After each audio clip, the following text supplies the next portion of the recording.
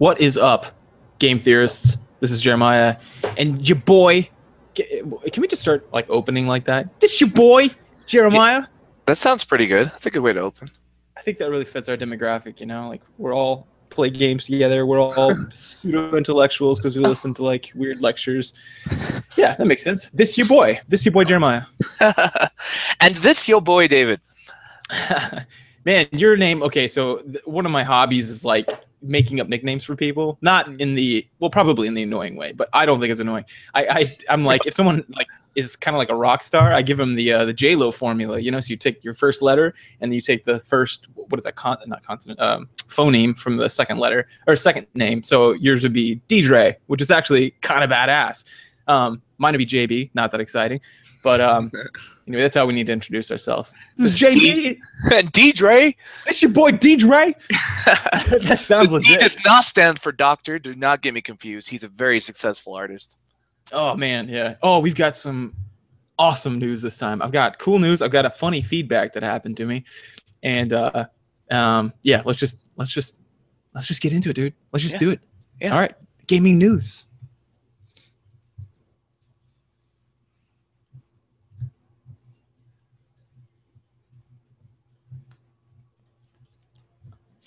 All right, gaming news. This is the section where we're going to talk about talking about things in the news. Dude, okay, let's save the big one for last, maybe. The one that has been riling up a lot of gamers. So first, we'll start with the soft stuff. Okay, a lot of us gamers are really excited about this EA Battlefield Star Wars thing. Have you got some news on that? Star Wars Battlefront. Looking at the StarWars.ea.com website, just a couple days ago, I noticed an article called "You Wanted the Star Wars Battlefront Beta? As You Wish." So, yes, they are as you wishing us in classic Star Wars and Princess Bride fashion. And you not have to pre-order the game. It will be open to all applicants. You just will need an internet connection and acceptance of the beta agreement. Which is probably something about your firstborn son. Yes, but who reads that? That's awesome. That's a great idea. Are they going to do like a free-to-play model? I don't think the game will be free-to-play, but the beta certainly is. It's almost like they were listening to my show when I was saying, stop making us pay to test the bugs in your game. Oh, God. Speaking of pre-orders, first of all, I'm pumped about that. Are you going to play this one? Yeah, definitely. It's coming early October, so next month we should beta the hell out of this.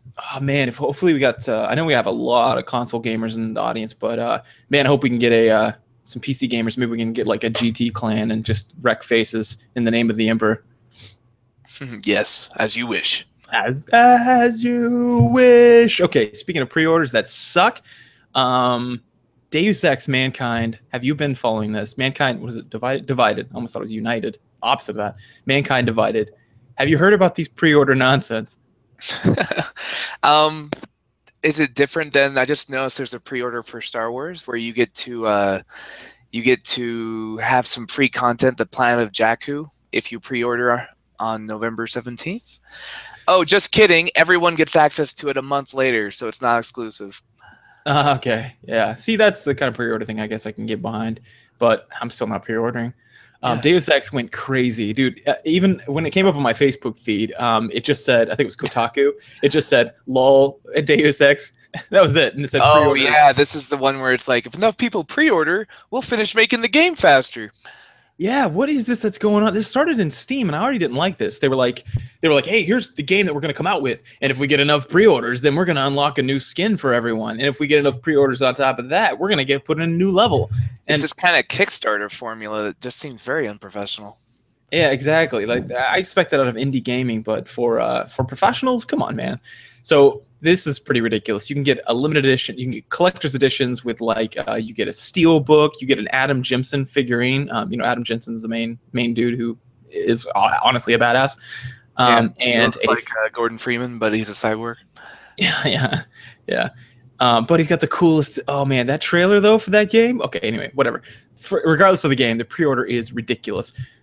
You basically you can pay $150 for the collector's edition, for example, if you want to get everything. But it includes like digital art books, digital comic books, digital novella, so a novel, digital OST sampler, so a soundtrack, let me see, an extra in-game mission called Desperate Measures, and 3 covert agent packs: Classic Pack, Enforcer Pack, and Intruder Pack.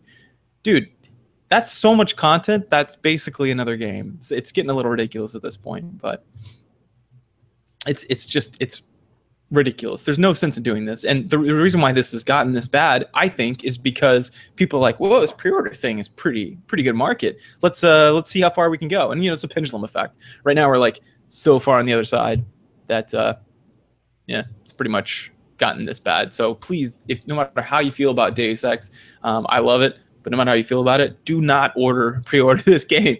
It's not like it's going to be scarce. With digital copies, it's not like you're going to go to your store and be like, "Oh, there's none left." Yeah, there's no point in pre-order anymore. They have enough copies. It's digital. Mm-hmm. Yeah, I remember I pre-ordered. Back when you couldn't get games online? Do you remember a game you pre-ordered that like you didn't feel sorry about? The last game I pre-ordered was Smash Brothers for the 3DS. Oh, okay. Well, okay. There you go. I pre-ordered Guild Wars 2. Remember that? Yeah. It showed up on my doorstep the day. I mean, there was nothing like that. But there's no pre-order bonus. There's none of that bullshit. And I just installed it on our computers, and it was really fun. But now, yeah, you just download it. And the reason why is because Guild Wars was sold out everywhere around, and you couldn't get it digitally. That's why. But now there's digital orders. It's just. Yeah. We've talked about this before. It's one of my pet peeves. We pre-order and then they just release terrible half-finished games because they already have your money. Yeah, exactly. It's crazy, man. But yeah. Also, did tiny little news. Fallout. Are you excited about that? Meh. Okay. Fallout 4, I'm pretty excited about. I've kind of done my thing with Fallout, but I still can't let one pass by without playing it. But they said that the script that they wrote for it makes the Fallout 3 script and Skyrim script. If you combine both of them, it makes them look insignificant. So there's going to be a lot of talking. Yeah, great. That's just what I need. Fallout 3 was too big for me to finish. Yeah, and remember the SWTOR, Star Wars: The Old Republic? Mm-hmm. That set a record with how much voice acting they did, and I didn't save that game. I love it. I just mean it didn't save it as a commercial success. Right. But anyway, what else you got? Well, Amazon has started selling 3DS and Wii U games digitally now. So it used to be a thing they did with PC games where you could download games off Amazon. But now they've got a section on the Amazon website where you just you buy it, they give you a content code, you redeem it on your Nintendo device, and you can download it through I don't know why you would, because you can just, there's like an e-store. I guess it's for games that aren't on the e-store. I'm not really sure how it's going to work. But speaking of scarcity and not having to pre-order things anymore, now you can get console games through Amazon digitally. Dude, I actually looked through that. They had some good prices. But what's funny is, be careful with those, because actually one of them that I was looking at getting, it was another Kirby game, because the Kirby game is a hit with my kids, because you can't really die, and it's like impossible to lose, and it's cute. But I was looking to get another one of those, but then I actually just, out of curiosity, like I do, I switched over to non-digital mode, the actual where you get a physical copy. I clicked that, and it was cheaper. It was cheaper by like $1. So I was like, well, I don't want to use my Wii U hard drive space. So anyway. Yeah, I think digital copies, it's for if you just don't want to have to go find a copy, or if you don't want to have to ship one through Amazon and wait 2 days. Like I tend to be very miserly with my hard drive space, so I don't really tend to go for them unless it's just way too convenient not to. Yeah. Well, anyway.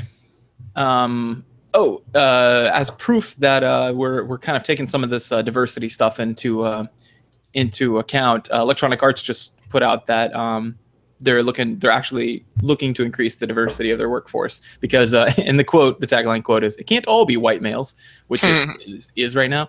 And so they're trying to diversify a little bit. I think that's awesome for a number of reasons. One, obviously, you need diversification so that, you're, first of all, you're employing more people who are interested in these games that are of a diverse background. But second of all, you're going to be producing content, and you're going to have someone who's like, "Oh yeah, here's what appeals to me," or give a unique perspective. And third of all, it finally shuts down this bullshit with like some of these like there's extremists in all camps. There's extremists, humanitarians. There's extremist Republicans, extremist Democrats, and there's extremist feminists. And some of these extremist feminists are just getting ridiculous with this stuff. And so there's obviously a problem. But as we examined, it looks like it's getting a little better. This is another step to work towards that, which I think is great. Diversity of viewpoints never hurts. Like from a creative standpoint, from a fairness standpoint, really any way you look at it, it's going to make the games better and the industry better. Yeah, and EA needs to do something to help their image. So this is a good first step. Their evil corporate empire image. Did you hear that they were voted, I think 3 years in a row, the very worst business in all of businesses? Which is too bad because they have all the best licenses. Like, if you want to play a Star Wars game, you gotta go through them. Yeah, it's crazy. They're But yeah, did you have another piece? Because I've got one last one. No, that was it for me. Oh, dude. Okay, so here's the big one. Jimmy Kimmel. Yes, that fucking guy. This fucking guy. He unwrapped the ire of the internet and the gaming community, which, first of all, yes, I'm not always behind sometimes when we stick our name gamer to things and we get real active because, that sometimes come in death threats and things. Haven't been excited about that. But sometimes I love it, like this. One was when people were like, when ESPN put Dota, Defense of the Ancients, on ESPN, they covered it. People were like, what the hell? But gamers came out in force, man. And I was proud to be a gamer. I was like, yeah, that's right. Eat it. And then this is another one, another person a bro who comes out of nowhere and he's like, apparently watching people play video games like Twitch or YouTube, like Let's Plays, is like a thing. And then he proceeds to just make fun of it, like relentlessly, and like, throws in all the stereotypes of nerds and geeks and that kind of thing. And so the internet freaked out. He said that was his most downvoted and least liked video ever. And it covered everything from politics, sex, gender, everything you could religion, everything you could think of. And that was their most, by far, downvoted video. Made me very excited. And what's worse is, okay, so this already pisses me off because of all these stereotypes and shit, right? Mm. But he follows it up by doing the same crap that I can't stand already. It's the red hair, or not the red herring, the straw man fallacy, sorry. Where he just put the most stupid misspelled comments ever of the first video. He comes back to it a second time. He's like, hey, apparently it pissed a bunch of people off. And you'd expect him to just be like, okay, so I researched and actually it's pretty cool. I get it. Just like we watch any sport, people watch esports. But no, he tries to drive it home again. So it keeps going. He sends another video out where he's kind of joking about that and why people shouldn't freak out, and then defending the fact that it's not like sports, because he's like, well, it's like watching someone watch sports. That's what it's like. It's one step off. And I'm like, it's not. No, it's watching someone engage in a competitive sport. It's what it is. It's watching someone play a game. It's just arbitrary what we decide is going to be worth watching, which games we enjoy. I know, look at game shows. Give me a goddamn break. Everyone likes watching people have fun, right? People watch American Ninja Warrior. It's a guy running an obstacle course. That's what I love about The King of Kong, Fistful of Quarters, that documentary. Yeah. It's about the underground sort of people trying to get the top scores on old arcade games, and the stakes could not be any lower. But you find yourself rooting for this guy to beat the high score and get a kill screen, and they paint villains. They have this underdog story. It feels like fucking Rudy. You're watching a sports movie, and that's when the point of that documentary to me is it's a postmodern kind of breakdown of the sports movie genre, saying, yeah, when Rudy gets to play for Notre Dame, who the hell cares? He's throwing a football around and people are waving and cheering. It's the same thing. We just, as a society, have decided that sports movies are worth getting emotionally invested in, and that these stories of people playing games are emotionally moving to us because it's just a thing we've agreed upon, as a society. So who's to say that League of Legends or some kind of esport can't have the same stakes? Any kind of game, horseshoes, baseball, whatever. We're all just deciding that we're very invested in what these people are doing right now, even though they're playing a game. Yeah, and there's a number of things going on. One of them is human emotion is infectious, especially in large areas. People said they go to concerts and that they get wrapped up in the feeling, right? Or the sensation. Or if you go to a sports game, like a football, I went to a Kansas City Chiefs game. I got really pumped about it. I don't watch the Kansas City Chiefs, but I got excited because it's a narrative. It's something you're seeing. And the defense of the Dota 2 international, the international that happened, I watched the entire finals. because a lot of our fans were talking about it, and I was like, all right, I'm gonna do this thing, see if I can get into it.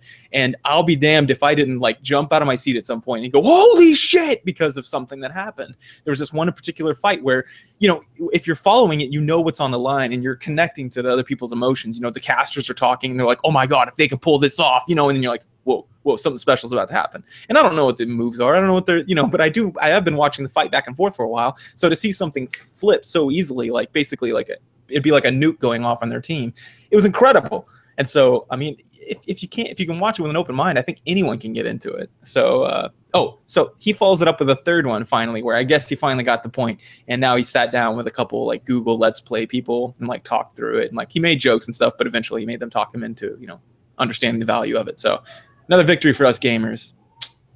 Good job. Yeah. Yeah. So I just one more bro silenced. Yeah, what the hell? This guy was the guy who was in charge of the Man Show, one of the two guys, that obviously put us back about 12 centuries. Yeah, for women's rights. But not that you can't celebrate beautiful women, but it was clearly misogynistic in its right. Yeah, it was. It was almost like, is this a parody? Like, is he making fun of his audience? I always got the impression they were kind of making fun of everyone watching it, but nobody was picking it up. Like, it was, anyway. Maybe, although the beginning and the end was girls jumping on trampoline in slow motions. Right, like, it's just so obvious, like, catering that you're like, wait, is this real? Are you, like... Yeah. Like, I don't know. Those two people aren't geniuses. Jimmy Kimmel and, what are the other guys? Adam something? They were just... Or something. Yeah, they were just the caricature of the, sitting around drinking beer bro. So, I don't know. Whatever the case, it doesn't matter. That's the end of the news. So, you want to move on to gaming experiences? Indeed. Let's do it.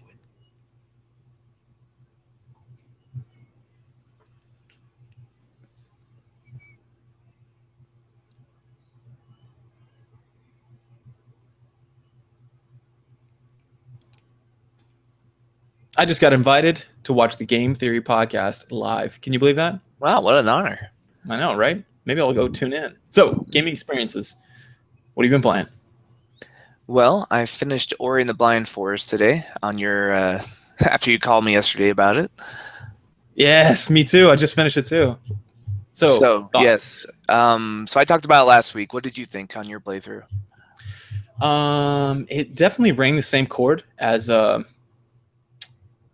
Child of Light because of the music and how artistic it was. And then like there are moments where there's kind of this whoa, like one is, remember when you get to the top of after you're, no spoilers here, but like you're moving up this mountain basically, right? Mm-hmm. And then you get to the top, it opens up and it's like the dawn that breaks out. You're like, whoa. I mean, it's just very artistic. Like, yeah, a lot of love went into the game, I think. Yeah, and the controls are tight, like really tight platformer. That platforming was awesome. So many unexpected turns, and then like you'll get a new ability that completely changes the way that you approach things. Yeah, it's just cool. It's got that Metroidvania thing where you go back and re-explore areas you've already been to, but now you have a new ability that lets you unlock new areas. But it's just it's difficult, but also very satisfying. It wasn't the point where I was just throwing my controller. Like, it wasn't like a Super Meat Boy difficult where you're like, how many times am I going to try this before there were some parts where you just died a lot, but you eventually figured it out. But that and the puzzle solving was also very satisfying. It wasn't so complex where you had to look it up. Like, I didn't have to go through any walkthroughs. I just figured things out and just experimented with things, and eventually things fell into place. It was like that certain sweet spot where it wasn't like so easy that I felt like it was being handed to me, but it was difficult enough that I had to experiment with a lot of different options before I'd figure things out sometimes. Yeah, I felt the same way. Like there was, yeah, it just feels like it could have been like 5 different kinds of games because of like like think about Portal. It's got one gimmick, right? You use it in a lot of ways, but it's one gimmick. And there, it's got a lot of gimmicks. So it's like when you unlock the hook shot in Zelda or Legend of Zelda, or when you get the double hook shot, for example, it just starts changing how you move through the place, or like the energy beam, or what's grappling hook? The grapple beam. Grapple beam, yeah. It kind of changes how you do things, and then the dash, and then. Like in this game, you unlock some really fun movement abilities that once you master them, jumps and triple jumps, and wall jumps, and wall climbing, and dash, and or the little parachute kind of move where you just float down. Yeah, pretty soon once you master all those, you just feel it's smooth. It's like just watching it is impressive because it's like, you know, you can do these like kind of, it's like playing Captain Falcon once you get a hold of him in Smash Brothers. You know, you can do these languid flips and then a kick at the last second, and then like it's really a work of art once you master those sorts. Yeah, of you never feel neutered, you never feel impotent in that game, but you eventually feel like you've mastered it once you get all the abilities, and you're just running through looking for stuff that you've missed, and you're just a non-stop movement. You know, you're never like stopping to plan your next move. You're just jumping from wall to wall to obstacle, flipping off the enemies' heads and shooting through the next thing, and jumping in between two jets of fire as it shoots out. Like, it's just, and the difficulty is increasing the whole time, so you never feel like you're an immortal in that world, but you just feel very competent, and you feel very able to handle whatever the game throws at you. Yeah, you've got a lot of tools, but it's definitely lethal. Like if you get hit by the wrong thing, it's instant death, or like almost or twice, and you're dead. Right. So.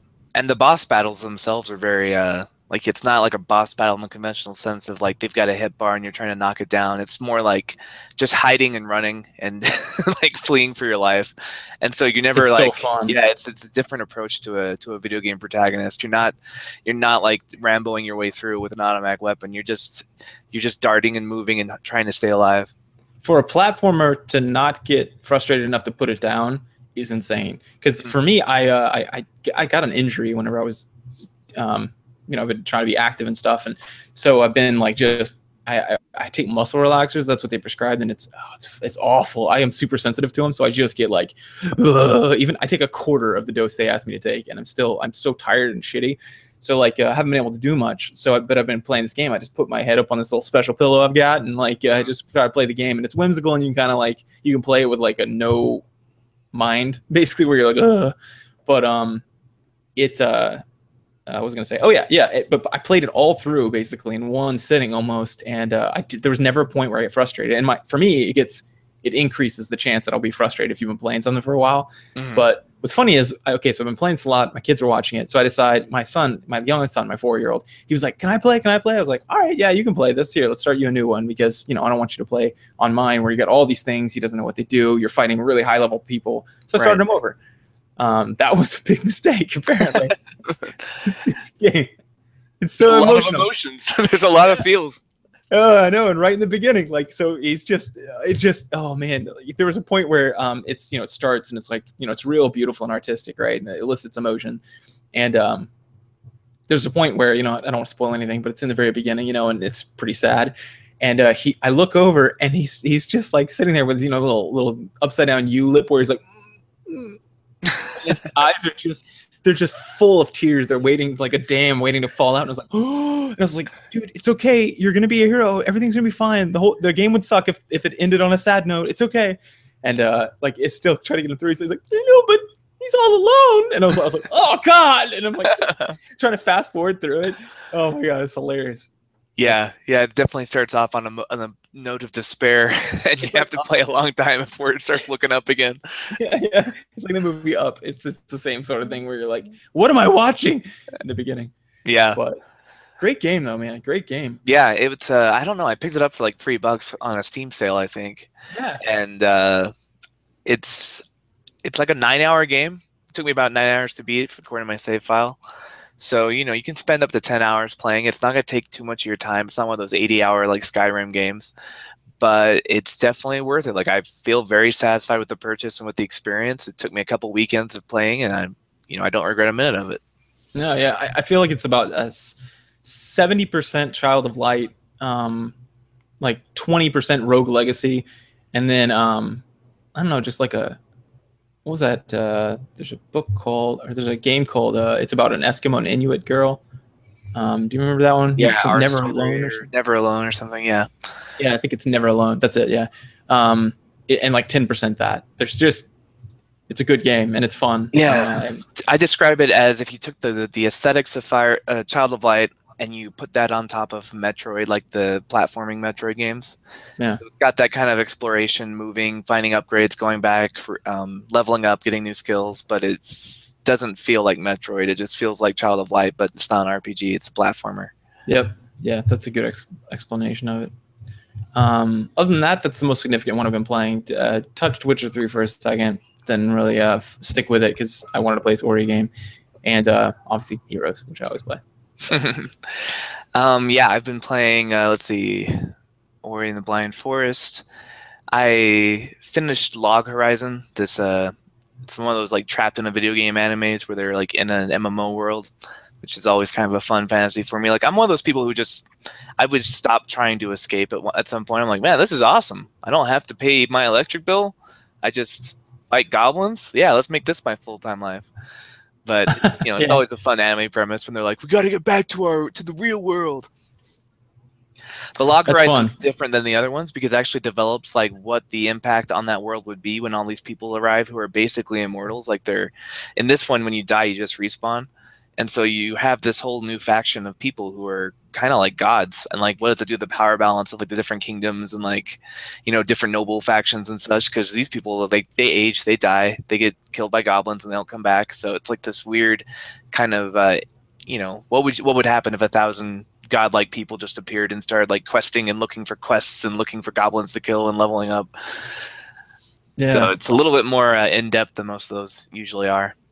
And yeah, I've still been playing Unchained Blades while I watch that. So it's my little mindless dungeon crawler. that's cool. Okay. For me, that's about all I've been playing. I've been getting back into.